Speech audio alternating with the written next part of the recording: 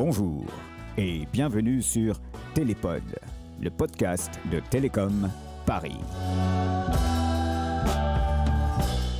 Vous écoutez le premier épisode de la série À la recherche de l'égalité, réalisée par les étudiants. Dans ce premier épisode, ils se présentent et témoignent de leur parcours. Je m'appelle Steve Ledemé. Je m'appelle Marwan Saïch. Pascal Véroul. Paul Bousset, j'ai intégré Télécom Paris après un DUT GE2I à Vélizy. Un DUT GE2I à Cachan. Un DUT Réseau et Télécom à Saint-Malo. Une licence scientifique généraliste à Orsay. Avant le bac, vous étiez quel genre d'élève ? Disons que j'ai pas un parcours propice à aller dans une grande école. J'ai fait ma scolarité en ZEP.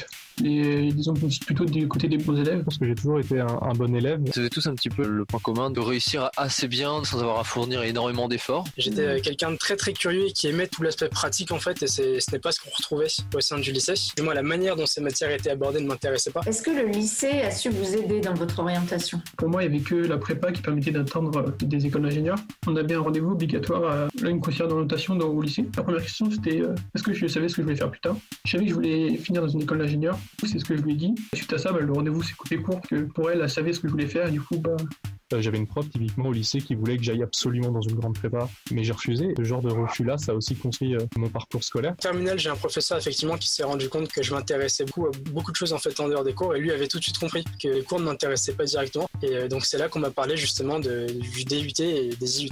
On était un petit peu perdus en fait, on savait pas vraiment, on s'est laissé porter jusqu'au bac. Est-ce que votre entourage a eu un impact sur votre orientation ?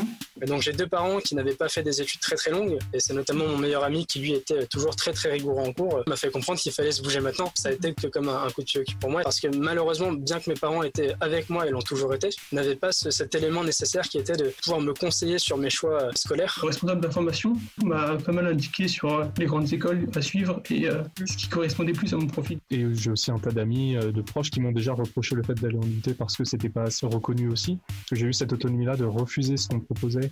Et pourquoi avez-vous fait le choix de ne pas faire une classe préparatoire ? Je me sentais pas capable d'avoir la force vitale nécessaire pour aller en prépa. Je savais ce que je ne voulais pas faire, c'est-à-dire aller dans une classe préparatoire ou intégrer une école qui était payante. Je suis atterri un peu à l'UT de Vélizy par chance ou par désespoir parce que j'avais pas eu mes 10 premiers vœux, quoi. Une étape logique aurait été de faire prépa pour faire une école d'ingé derrière, et voilà. Pourquoi ne pas commencer dès maintenant, dès le post-bac, à faire du concret ? Qu'est-ce que vous connaissiez à ce moment-là des écoles d'ingénieurs ? Moi, je viens d'un lycée en Bretagne où on met pas forcément en avant le côté grande école. Je veux être ingénieur, mais j'avais aucune vision globale des écoles d'ingénieurs. Je savais pas ce qui se faisait autre part et surtout pas à Paris. Mon lycée est situé à vraiment 300 ou 400 mètres de Centrale. J'étais vraiment à côté et j'aurais pu très bien les croiser ou avoir une conférence pour nous montrer ce qu'était une grande école. Et ça n'a pas été le cas en fait. J'ai effectivement intégré le DUT en me disant je peux avoir des cours techniques, en sachant que je pourrais intégrer une école d'ingénieur, mais je ne savais pas encore du tout lesquelles. En tout cas, à cette époque, je ne connaissais pas du tout les grandes écoles. Et qu'est-ce qui vous a motivé à intégrer une école comme Télécom Paris ? Travailler dans la cybersécurité, c'est un objectif que je me suis mis très tôt en fait. Je me suis dit je vais faire tout ce qui est possible pour atteindre cet objectif. Du coup, faire une nouvelle façon d'apprendre, par la technique, etc. Donc ça m'a permis d'être dans les meilleurs et du coup d'arriver à Télécom Paris. Si je suis arrivé à Télécom Paris, c'est avant tout grâce à la motivation que m'a donnée la formation Villebon-Georges-Charpent. Quel conseil vous donneriez à un lycéen aujourd'hui ? C'est déjà avoir toujours confiance en soi, de ne pas se mettre de barrières et de tout donner pour y arriver. Ne cherche pas à rentrer dans un moule qui n'est pas fait pour toi. Cultive ton savoir, cultive tes connaissances et tes envies. Sache que ça te permettra derrière d'aller plus loin si tu t'en donnes les moyens. C'est d'éviter d'aller vers la facilité. Donc en banlieue, etc., il est plus facile de devenir dealer de drogue que d'accéder à une grande école. Est-ce que vous avez une anecdote ou un souvenir qui a marqué votre parcours ? Lors de ma première seconde, à l'issue du premier DS que j'ai eu en mathématiques, le professeur de maths avait pris un rendez-vous avec ma maman et il lui a dit très clairement votre fils ne fera pas un bac S. J'ai dit à mes parents non, moi je serais pas ingénieur, surtout pas ingénieur, ça fait mal à la tête de faire des maths. Par exemple, une fois, le tableau s'est carrément tombé et s'est écroulé sur 2 élèves. Le souvenir le plus marquant que j'ai de ma scolarité, c'est vraiment le DUT. Ça a été 2 ans de ma vie où j'ai découvert ce que c'était que le travail un peu plus concret. Là, ça a été complètement un changement pour moi. Je me suis rendu compte que en fait, l'école peut nous plaire tout simplement. Et pour finir, comment est-ce que vous vivez l'école d'ingénieur en tant qu'AST ?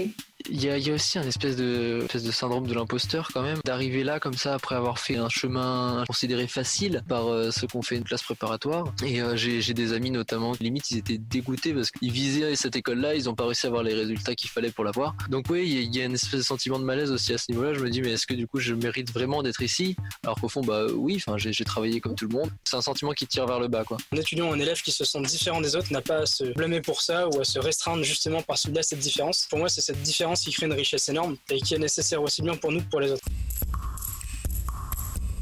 C'était un podcast Télécom Paris de la série À la recherche de l'égalité. Retrouvez les prochains épisodes ainsi que tous nos podcasts sur les plateformes d'écoute telles Deezer, Spotify, Apple Podcast ou Google Podcast. À très bientôt.